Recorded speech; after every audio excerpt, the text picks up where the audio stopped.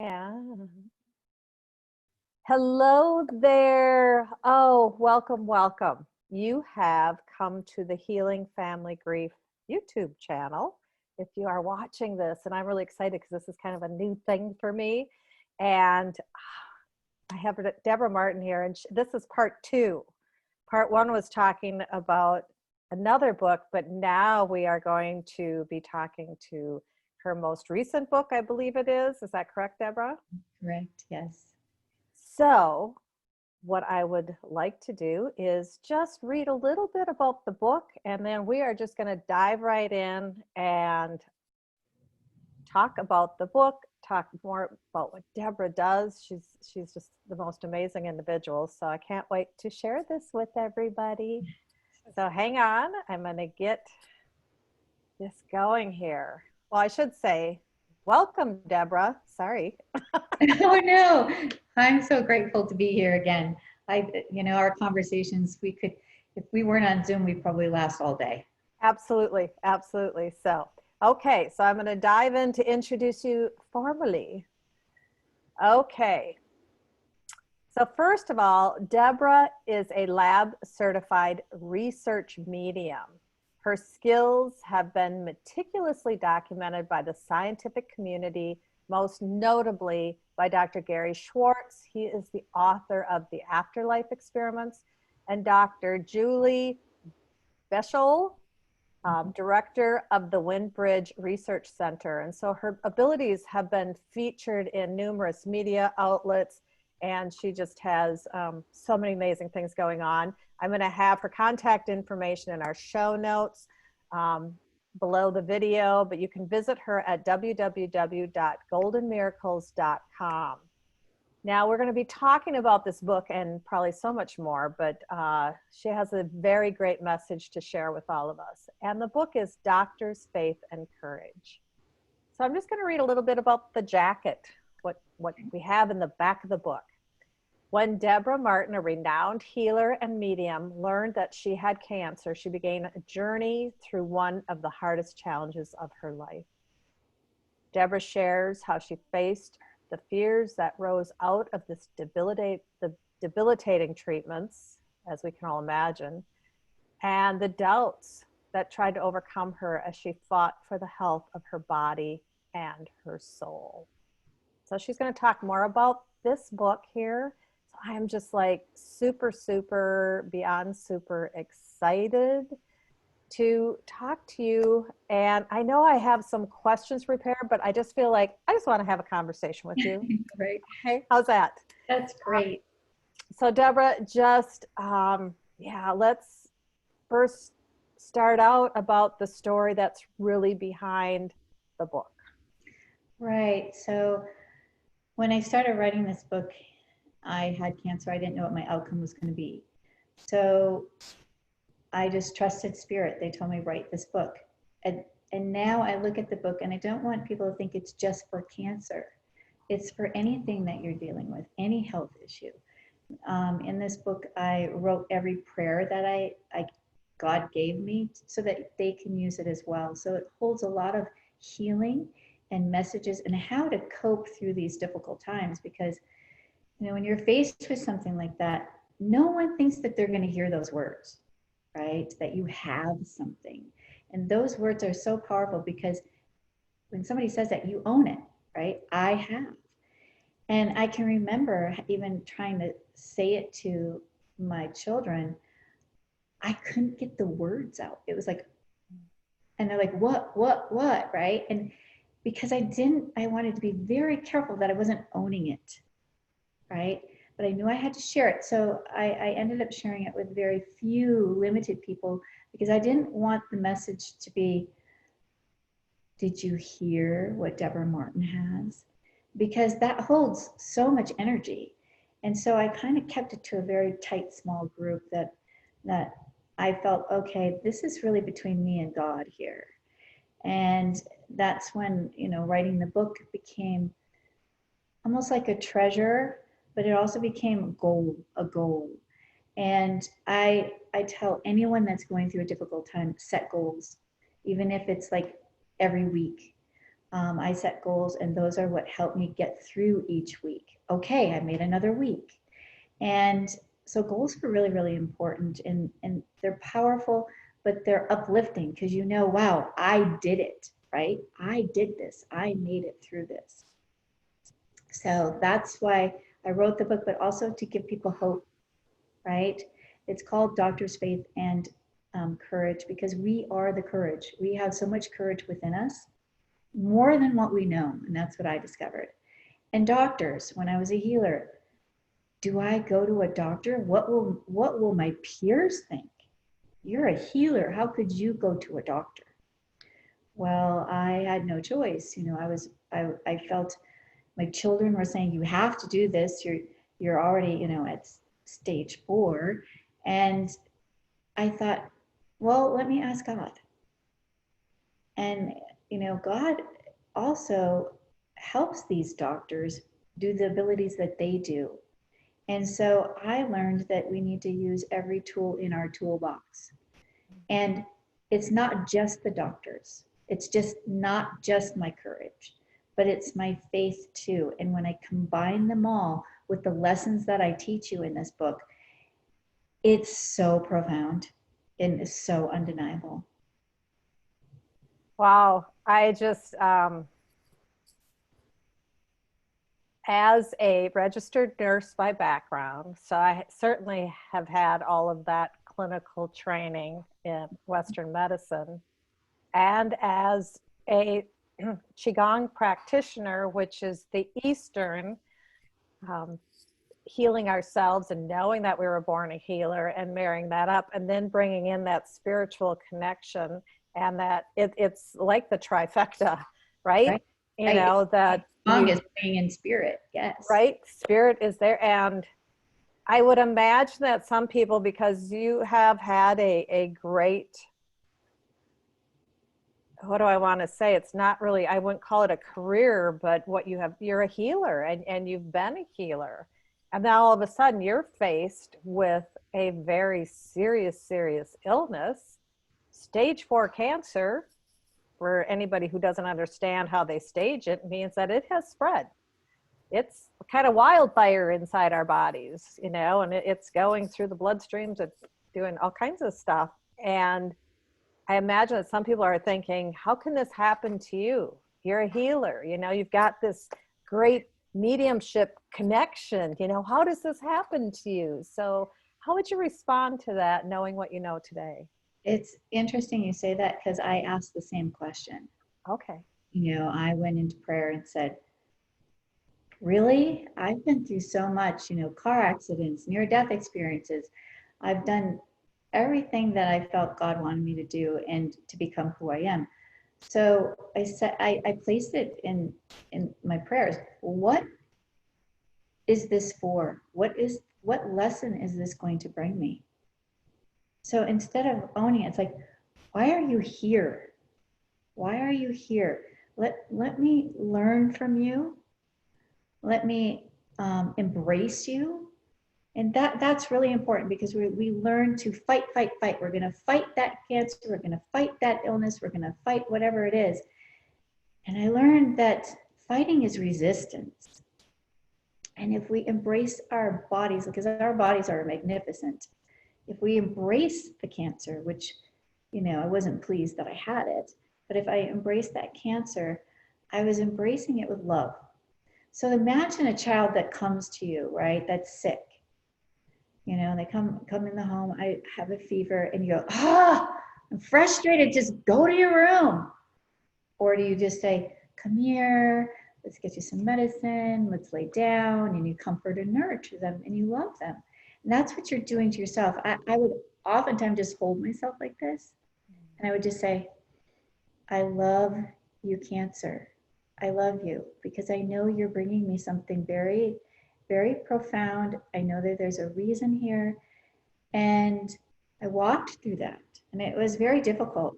I'm going to take you a few steps back, because in January of 2019, I had a vision from Spirit that came to me that said, you need to write this book and you need to get it done now.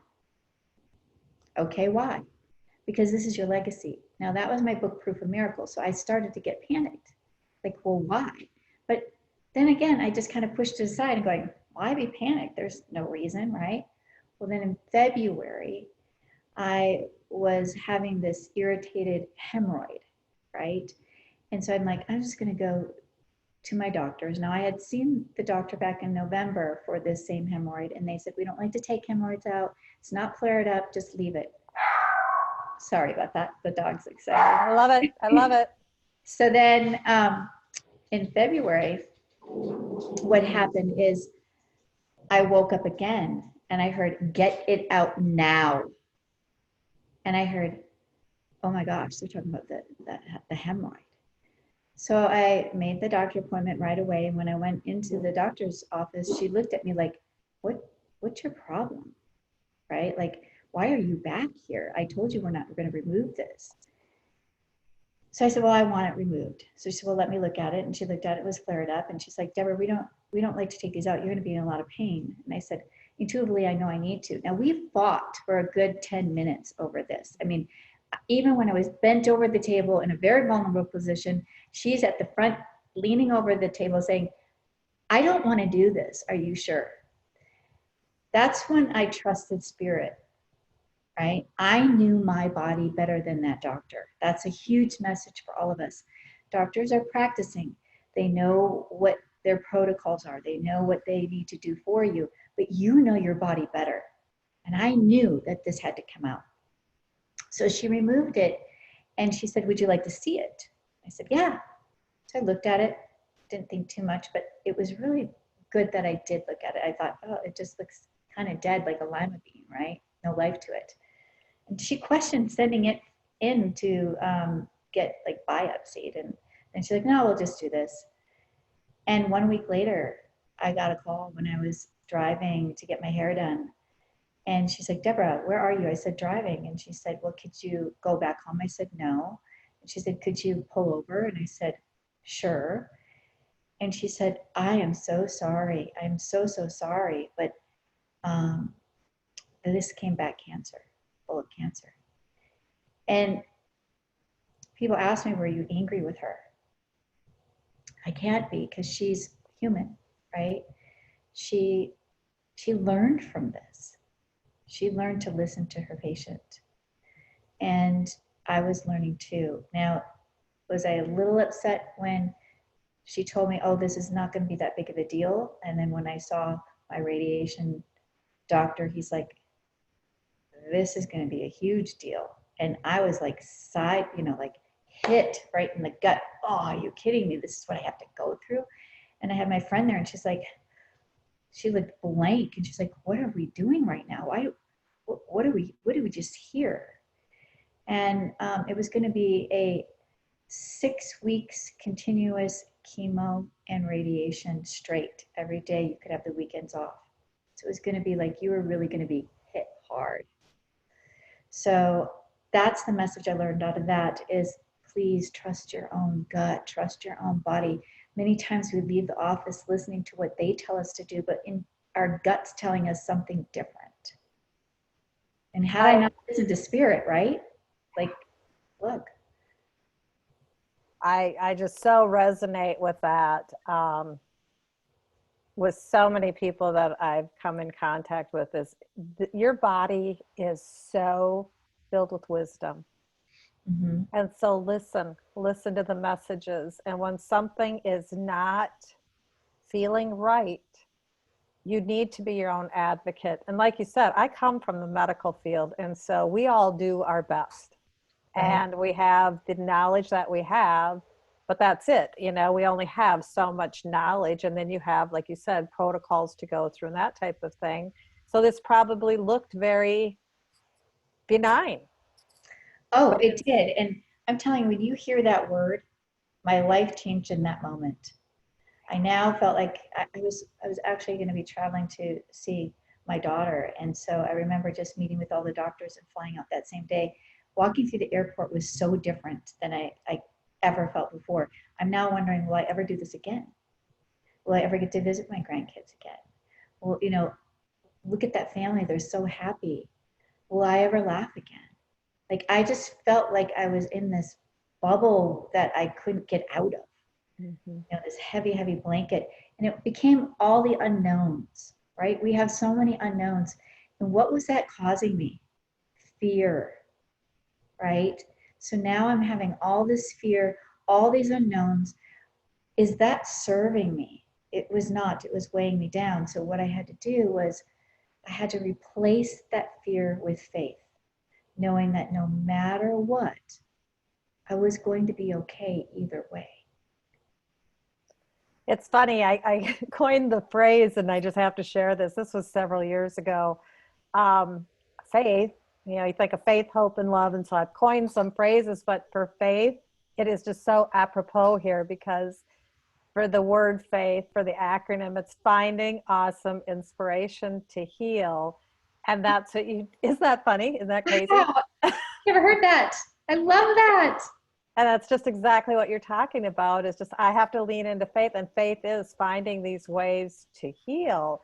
And also when you were talking about, I needed to embrace, because right when you were saying the word embrace, embrace came into my mind because we do want to fight, and you see all, and I'm not saying anything against the people that, are wearing their, I have done it for my friends with breast cancer and who have died with various kinds of cancer, and that we're going to fight for this, and I've done it. I've walked the walks. I've done, all of these different things. And a few years ago, it's like, why are we creating a war out of this? It's embracing it. And that's what I learned through my Qigong training, and also my spiritual work is exactly what you are sharing with all of us is it's embracing and finding out what's the beauty in it, and what are we learning from this, and who's learning from this. Sometimes we may go through the challenge, but like you said, your physician learned something so great that she will never, ever, I imagine, ever in her career, brush anything off and say, no, no, no. She's going to actually take it a step further and listen differently. Yes, and people are like, "Oh, do you want to go after her and all this stuff?" It's like, no, she already learned it, and I felt very much at peace with that. And so then you talked about like embracing and walking through this, and I remember saying to God, like, I'm going to embrace this. And I'm going to have the courage to go through this. But I'm telling you, every step there was a little um, frightened. I was scared, right? So I figured, okay, we still have to feel, right? We can't ignore that. So I still had to cry. I still had to go through my emotions. And I can remember seeing the radiation machine for the very first time. And when I saw that radiation machine, the first time I was scared. Like, what's this thing going to do to me? Right? It's huge. And so the second day, and from that day forward, I decided, no, this was created for me. This is for me. So when I went in, became my God time. And I learned one day through the machine that cancer, I received a shirt that had a heart on it and it said fighting, right? Well, I now take that word fighting and I use it as an army. What does that mean? I built my army around me. Who is going to support me during this times? And not just supporting me like making meals and things like that, but really support me by giving me joy. Because if they can come in and bring laughter, that really helps feed the soul. So as I was in the machine, I started thinking, okay, we're going to build this army, and we're going to. I actually got the name of the publishing. It was going to be Army for Love, and that's what it's all about. You're building your army for love, and so the heart and the fighting, I kind of put it together now as that's your army, and that's your love, and so I kind of tweaked it a little bit. I like that. An army of angels, actually. That's what I'm seeing is like you're building an army. It's not to fight and hurt or harm. It is a fight to, it's surrounding yourself to lift Love. you up. It's Yeah, love. It's all love. love. And I can tell you, I still did healing sessions until I wasn't able to. But during that process, I learned how my body is really just an instrument, and how I was able to remove myself and still allow my body for God to use it for healings. And it was just amazing. I felt so much better being in that, healing room with that energy, and the connection seems so pure. And I think it's because what happens is I no longer was going to worry. Okay, when I finished all the treatments, and now you're going back to work, and now you're getting your life back, all of this, the humanness starts coming out. And we do have our daily worries during the day. We do have things that we have to get done. And I noticed, wow, what a change. When I was over there, I was really in this peaceful state. And I'm not saying it wasn't hard, right? I went through a lot of hard days, but I really recognized my connection there as so profound. And I think it's just because I had no worry. And that was another lesson, is why worry? Because it's not going to serve us, right? So there were so many lessons, and I write them all in the book. I mean, I could go on and on, but I did bless my medicine. I blessed the machine. I blessed the cancer. I had to take 18 cancer pills a day, and I would find a really pretty cup, and I would put 2 in at a time, and I would thank it. Thank you. Thank you. I can remember the first time going, can I say these words? Right? Because I really sat down and asked God, what should I say? What is going to be work for this? And so I wrote those words in the book for you to use as well, others.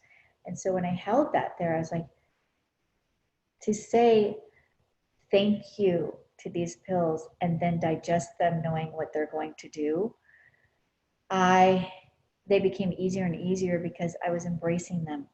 Mm-hmm. And do you know that I knew when I was done with those pills, I ended up being done before the treatment was over. And I said, my body can't take this anymore. I know my body's had enough. And the doctors were like, no, we have to finish this.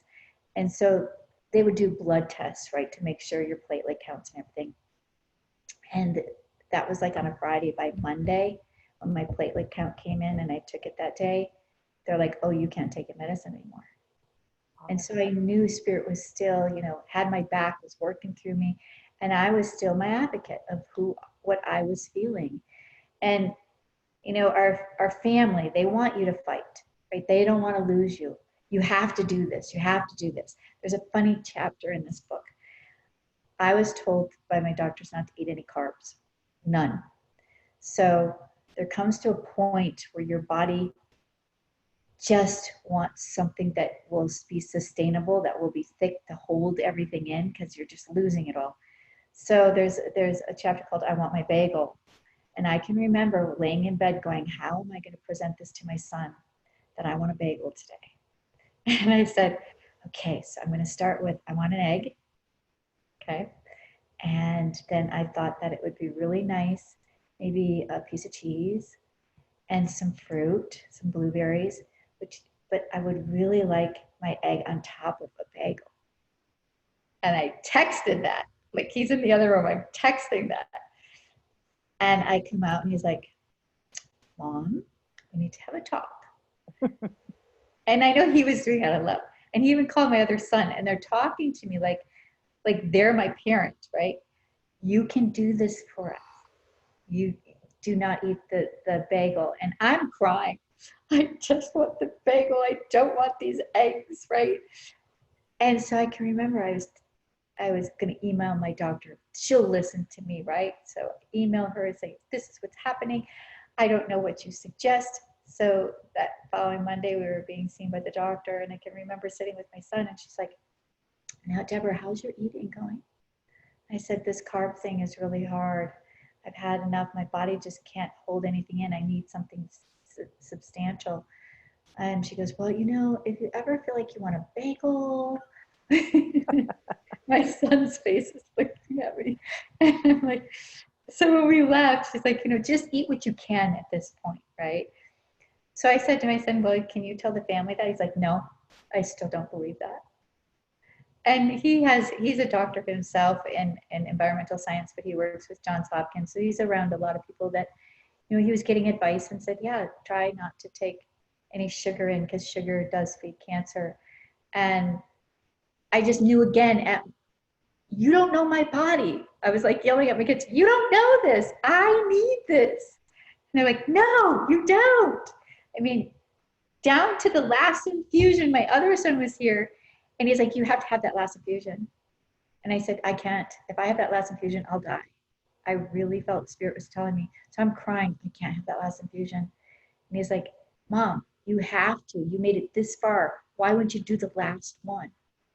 So I said, well, we get the blood test today and we'll just put it in God's hands and see what happens, right? So I go to the radiation treatment and then the doctor calls and we're in the car after the radiation. And she's like, well, Deborah, we can't do this last infusion. It would be really, really unhealthy for you. Like this would be scary. So now my son's angry. Well, why would you have that last infusion for her? And so if she doesn't take that last infusion, even though you're saying this is protocol, then what is my mom's chances? She's not going to survive this. Like he's mad. And I'm like, you need to just trust the process. And that's part of it too. We have to kind of trust the process and how we're feeling and what we're going through each stage and step of the way.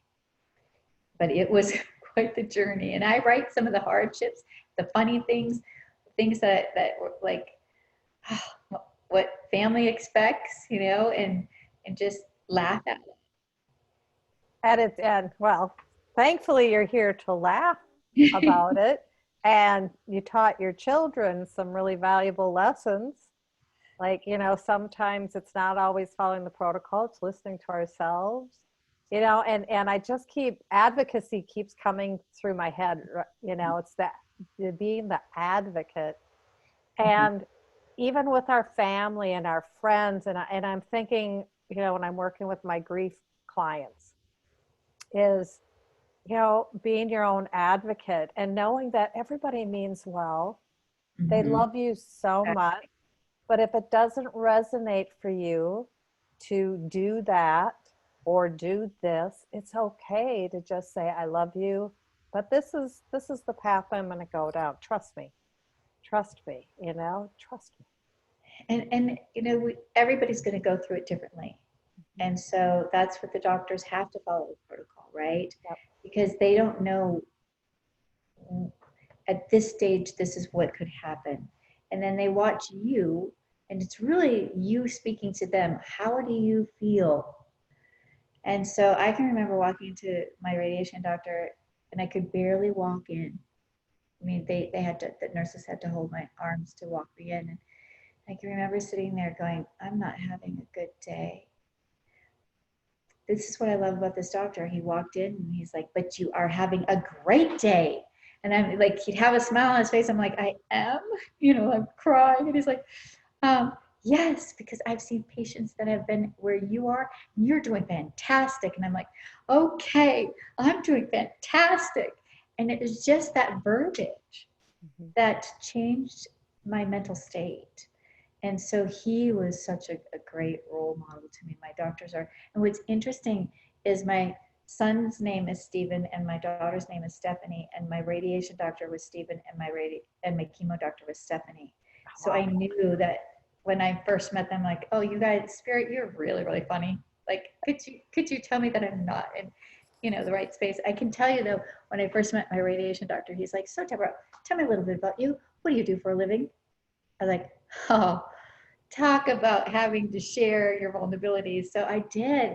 And he just said, Deborah, that I believe that. I believe you're still a healer, but your body, you're human. And as you go through life, no matter if you're a healer or not, you're going to deal with things in life that you're going to have to face. And I knew right then, this guy gets it, right? And so, yeah. Well, and I think, as I think about everything that goes on in our life, for us to be really available and to hold the space for the people that we work with, through healing and holding them and helping them to, because they're the ones that are really taking on and saying, I'm going to do the healing. It's like you're that conduit, right, between God and them to help this process. But my healings were so profound. Like I'm telling you, like the feedback was like, wow. And so in the book, my assistant Valerie writes a chapter on what she witnessed from behind the scenes, and just seeing, wow, look at how powerful our bodies really are, and it showed me how much courage we really do have inside of us. absolutely, yeah. And that when you were talking about the verbiage and that type of thing, we all know that we are mostly made of water. We also know that there's studies out there that talks about the impact of words with water. Dr. Emoto, and he did all, the messages with water, and just clearly when we're giving ourselves those positive messages, and when others around us are giving us those positive messages and thinking those positive messages and having that positive energy just surrounds us, our body's going to respond. It's going to say yes, because our bodies love us and want to embrace all those positive things of joy and health and happiness and courage and all the stuff that we're made of, right? Right. In fact, one of the tools that I learned was joy. Yeah. Right. We are all joy. We have joy within us. But what could bring me joy? Now, I got to the point where, I couldn't smell food. I couldn't even have anybody cook in the house. So my neighbor would make the food for us and bring it. And still, sometimes I couldn't. So I was like, wow, I saw the joy in that, right? Look at what someone's going to do for me. I can remember not being able to even go to the grocery store. I felt like I was 100 years old. I had to hang on to a cart, and I thought, oh, I could do this. And I realized I couldn't. So where was the joy in that? The joy was, I will eventually, but I tried it, right? I could try it. And then joy, I can remember the joy of going, I can do a little laundry again, right? Wow, the little things that we take for granted. And so I started to think, okay, well, all of us need to start looking at the joy in each day, even when we're having a terrible day. We'll find that one piece of joy, because that changes that day around, right? Mm-hmm. And so now I walk with the attitude of gratitude. That's my foundation. And I think if we can all have that, that's that attitude we're talking about, that affirmations and how we feel about ourselves and how life is. I mean, the world is really kind of chaotic right now, but we have to say, but we are still at peace, right? And we are still at joy. And so no matter what you're going through, find that piece of joy. Absolutely. And I just, when you talk about it, in the world around us can feel chaotic and even in our own families or whatever, in our jobs. But if we just can drop that little droplet of joy in that water, the ripple effect just starts bringing in to everybody else into that, because it's just energy begets energy, right? Yes, that's that energy and light. So when I was writing the book, it was coming to the end, right? And I had to go get my PET scan. So how am I going to feel? How am I going to embrace this? Was going to be nervous? What was I going to do? And I thought, no, I'm going to trust. I'm going to trust that whatever outcome it is what God wants this to be. But I felt such at peace during the whole process of like loving my cancer, and I'll tell you what I learned from it and what it gave to me so that I could say goodbye to it. But I remember at the PET scan sitting there, and they're going to put the dye in your arm, and the gentleman goes, so Deborah, your name's Deborah Martin? I said, yes. And you had anal cancer? And I go, I love you. And he's like, what did I just say? And I'm like beaming. I'm just so beaming. And he's like, I said, you said had. You just gave me a message. Yes, yes, yes. So I can remember getting onto the scanner, and every time I would go for a PET scan, they would put me on a white blanket. And even when I had my radiation treatments, I would tell the nurses, this is God's white light on me. He's surrounding me and holding me right now. And they loved it. They actually cried the last day going, oh, we're going to miss putting this blanket on you, right? So I can remember going in there, but he placed it on different this time. He placed one this way, and then he rolled one around my head like a halo. And then he had my hands up. So I had my hands up, and I'm like, okay, God, I just want to feel this. I want to feel you. This is a beautiful thing. This isn't, we are going to have victory here and be able to tell everybody. So let's prove it to the world, right? That's my way I was thinking, because I already heard the word had. So now I go in there and I'm sitting in there really peaceful, quiet, and I feel somebody touch this arm and this arm up here, and all of a sudden it's my parents. And I could cry right now because they go, we've been by your side the entire time. We've never left you. We love you. And it was such a beautiful, profound experience. And then the last time you're coming out of that machine, my hands are up like this, right?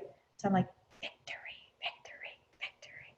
And so, so I go home and I'm feeling kind of positive about that. But Valerie, I call her and tell her my experience, right? And she goes, Deborah, I was in meditation with you, and your parents showed me that they were there with you. That one was on your left and one was on your right. And I go, you were right. And so she validated that to me, and it just made it even more profound. So that part of the journey just became like, aha.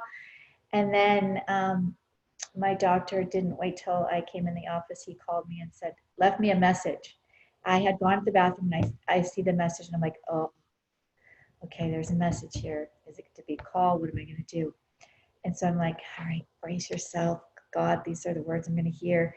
And you don't know what you're going to hear. So I press the recording, and I hear his words going, well, I didn't want you to wait, until you had to see, come see me, because I know that you would hold a lot of, questions unknown, but you're cancer free. And I just was like, I danced. Oh It's in my house. I was like, yay, like thanking spirit, thanking God.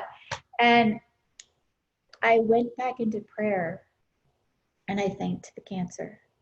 I said, you gave so much to me. And I said, there's two things I learned.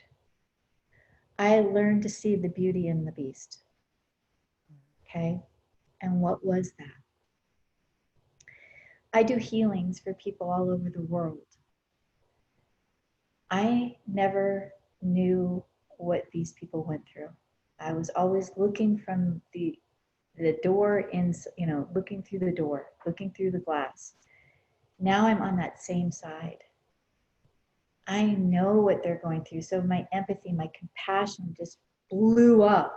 And I can remember at the beginning saying, well, I have compassion. Why do I need to go through this? I had no idea, none. And so I said, thank you, cancer, for this lesson. I now can help on such a deeper level to those people that I'm relating to, right? The empathy, the compassion, the feeling of me wanting to hold their hand, just like God was holding mine. And I am telling you, that was such a beautiful meaning message that I saw the beauty in the beast that was in me. And I said goodbye to it. And to this day, I just had learned, because now it's been over a year, 2 years in February of next year. And they said, you're done. This will probably never come back. wow. So it was here to teach me. It was here for a reason. I didn't know that, but always ask yourself that question. What are you here to teach me? What are you here for? And some of us, there's many people that will still transition. Mm-hmm. But what did they get from that? Maybe more quality time? I mean, there is always a blessing in everything. And I know it's hard to see that. And I know I mean, I'm thinking when I heard it, what's the blessing here? Look what I have to go through. Like Mhm. I said, I use the tools of having goals. I even show the goals. I write them all down for everyone in the book, and the prayers and the gratefulness, and yes, I do get raw and say, I'm not perfect. I'm having an awful, awful day, because then like this isn't just written to be, foo-foo it. This is real stuff, and I take it serious. I take my healing serious. I take every patient or client that comes to me, and it touched me to my core. Well, number one, I have to tell you that you were talking about this white blanket, but what's interesting, and I don't know if people will see it when they're watching the video, but I'm listening and looking at you, and you have this beautiful white aura that's been covering you the Oh, whole time that we've been on this conversation. So I can see it. I don't know if it'll show up on the video, but then you started talking about the white blanket and it just started expanding over wow. your head and your shoulders. And it was like, oh, this is just like so amazing. I mean, I just like, I'm getting flushed here just thinking about it. And that's, I think, so important is that oftentimes, we have to go through those challenges in order to really understand, to walk in someone's shoes, to really have that total understanding. And if you had not, we would not have this beautiful book Thank you. with prayers, tools to say here. And I'm just thinking, man, I'm going to get a bunch of copies of this, because anytime I know that someone that I love and care for is going through a challenge such as yours, and like you said, it's not just cancer, No, it's any not. kind of, and it doesn't necessarily have to be a physical challenge. It could be a emotional, psychological, spiritual challenge that's that deep, that all of these things that all intersects. And so if you had not done that and gone through the depths and risen like a beautiful phoenix out of the fires, and you are the beauty Oh, thank you. within the beast, I mean, right? The beast the beast was within you, and your beauty just was like, okay, I'm gonna love you. Face it, right. I'm gonna love you. I'm gonna love you. And together, now the whole movie of Beauty and the Beast is coming to me now. Right. It's like, I'm gonna love you, and you just see how beautiful and what's really underneath the beast. It's so true. And I think if we can all look at that, right? What is it bringing to us, and what message is it giving to us? And just see it on a whole different level, it can give you peace. And I didn't know until the end, right? I mean, I wasn't seeing the beauty. I was going through all of the hardships. Yep. So, but I do trust that there are blessings in everything. I do write on the back of the book, I don't have it, you have it, but it says, if you need this book, I mean, if you would like this book, it kind of gives bullet points of why you would read this. Yeah. And the real message is that love heals, right? And we are all one, we are all love, so we should spread that love. And that to never lose hope, because when we start to lose hope, that's when we give up, and allow that light within us, God's light within us, to just give us that strength, that courage, that we have more. Like I said, I had more than I ever knew I had. And through this experience, God molded me into the healer that I am today, right? So I'm a better healer. That's just how I have to say it. It really has made me that. So I Oh, have to thank it. And that's the other thing, is gratitude. Thank it. Always give thanks. Thanks for everything. I thank the machine. I thank the doctors. I thank the pills that I was taking. I thanked, it was just always giving gratitude for everything. I thank you that I made it to the bathroom. It's like yeah. that. Seriously. And or I'm thankful that, other people have it so much worse. And that's kind of what I would think too. Like, okay, I'm not the only one here, and other people are even going through more difficult situations than I am. And so that's the other thing I don't want to take away from anyone, is that my hardship isn't any bigger than someone else's. It's just that I learn from it and what I'm trying to share with others so that they too can apply these and not lose hope. That is so beautiful. So hope, can I share you what I made up for hope? Yes, these tweetable moments we have. These tweetable moments, honoring our purpose every day. Wow. So just being in hope, that's what it is, about honoring our purpose and having that hope to do that. Just honoring our purpose. And your purpose is here to help people heal in so many different ways, to connect with their loved ones. We haven't even talked about, your mediumship capabilities, except what I read in the bio. But there's just so many things that's what you're here for. And that was honoring your purpose. That hope brought you, because it could have been very different. And the only other thing that I wanted to make mention is we talked about, yes, some people will transition. But to me, I tell people healing occurs on many, many different levels. So many. Yeah. And that's what I wrote in Proof of Miracles. So that was the book that I had to hurry and get out, right? Yep. So I did get that out. And I just did a revision because I was such in a hurry to get it out that I didn't even revise it. And so I finally did that. But it's about connecting with our loved ones, right? And we all have that ability. But go back to healing. I believe we all have that ability to heal too. It's within us. And sometimes we need, the doctors to help us. Sometimes we need another person to help get to those root issues, or that little bit of extra energy because we don't have it to heal. And that's what I'm here for, is to be that instrument for you and allow God to use me to give you what you need. And healing is on all levels, emotional, physical, and spiritual. It's not just on one. I mean, it's limitless, really. I mean, so many people come, well, can this be healed? It's like, well, with God, anything is possible, right? But then again, some of my strong sessions, God will tell me, like, this isn't about you, right? And then my intention is for miracles for everybody. And then that person passes. And like you say, well, what was the gift there? What did they receive from that healing? And it could be a message. It could be the gift of time. It could be peace. It could be love. It could be having the divine connection. I received an email from somebody that said, I didn't realize the connection I was receiving that you were giving me now with the relationship with God, that in itself was priceless. So it's a divine connection because, like I said, I am just the vessel, right? I have to remove my humanness and allow it to be orchestrated. And I did that with my cancer. I tried to remove my humanness from it and just allow my body to heal.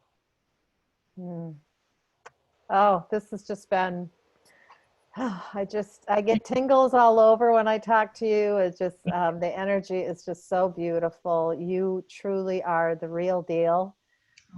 You are absolutely an angel on this earth, and you're human. And that's human. You're human too. So, when someone doesn't give you a bagel, you might want to have a temper tantrum. That's okay. Right? We're all human, and the emotions, like you said, the anger and the fear and all that, and we need to be able to feel our feels. Yes, it's important.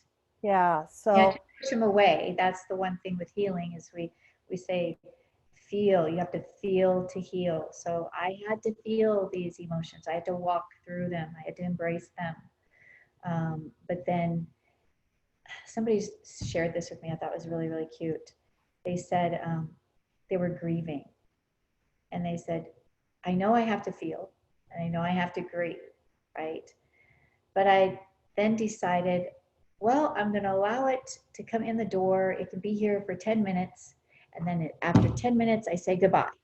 So she allowed it, but she didn't allow it to take over. Yep. And that's what we need to remember. Like especially with grieving, that there is no time, right? There is no limit. It's all individual. But if you can embrace it and give it the time it needs, give yourself the time it needs, but also give yourself that time to nurture and love yourself, because it is all about love. Mhm. Yes, it is.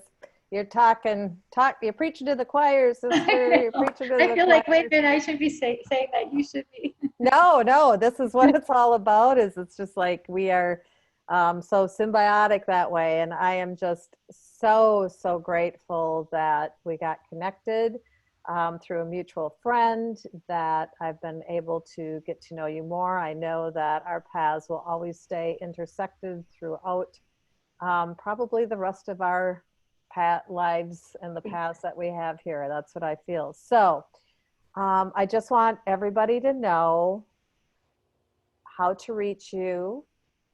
Just give it to it. I'm going to have it in the show notes, but and one last tidbit that you would like to end with, that you would like to share with the audience. Well, you mentioned it. You said, you and I are connected. And I believe we are all connected, and we are all one. And if we can all put out, love for each other and love for ourselves, I think the world will feel that energy. And so that's what we're here to do, is to love. Nothing else matters. So remember that. Love yourself, tell yourself you love yourself, and just spread the love. Beautiful. So I'll have all of Deborah's contact information. And if you like what you're hearing here, subscribe to my channel, subscribe to Deborah's channel, because I'll have that on there. Please, please, please just reach out to her and, find her on social media, see what's going on with her, because it's amazing stuff. She's got lots of books. She's a wealth of knowledge. And when you start reading these books and what people, are sharing their stories about their work with Deborah, it's like, holy smokes, it's just absolutely amazing. So miracles occur daily. Just know that miracles occur daily. And as soon as we lift our hearts and open our hearts to that, that's when it just allows it to come in. So I just want to thank you so much, Deborah. I am just so appreciative. I'm so honored that you took the time here to be with me. I'm excited that, I'm getting this YouTube channel off the ground, and you're kind of you're my what do I want, lifting it up and starting it out with me. So I really, really appreciate that. I'm so honored. I'm so, so honored. And you know what? Speaking with you is effortless. It's fun. And, to be able to share my story, I've only shared it one other time. So this is huge for me. And I thank you with so much gratitude and love to you for doing this. And for anybody else that wants to reach out to me, they can go to my website at www.goldenmiracles.com. And I look forward to hearing from what people think about the book. Absolutely. All right. Well, thank you, and peace and love to all of you.